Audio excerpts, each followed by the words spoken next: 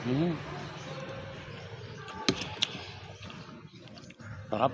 Hello mga ka-Becky Bear! Dahil na po itong Becky kagabi dahil nanood ako ng Home Alone 1 and 2. Dahil bata pa lang ako, paborito ko nang panoorin to, lalo't na Christmas na.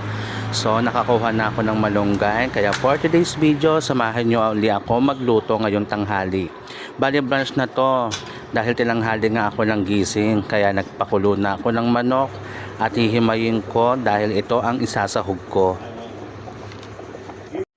Eto na nga, nagpatulong na ako sa nanay ko na maghimay ng malunggay habang pinagkukwentuhan namin ang EAT Bulaga dahil nga naibalik na sa kanila ang titulo ng Eat Bulaga. Maluha-luha nga si mother nung nanonood ng announcement ni Tito Sen. Kaya Eat Bulaga, congrats po sa inyo at mabuhay.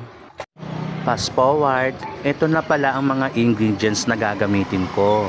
Kaya nagsimula na ako maggisa ng bawang, sibuyas at luya. Sinunod ko na rin pala yung mga hinimay kong manok at naglagay na rin ako ng 4 cups na tubig. At saka pala yung hiniwa kong mais, sinabay ko na rin sa pagpapakulo. Nung kumukulo na, inilagay ko na rin yung ibang mais. Okay.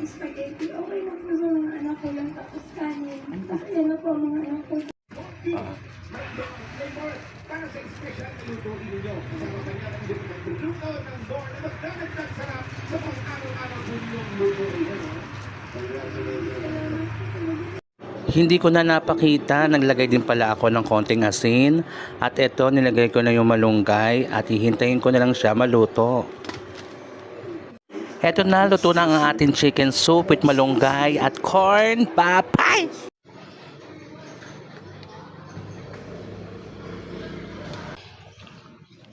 Sarap.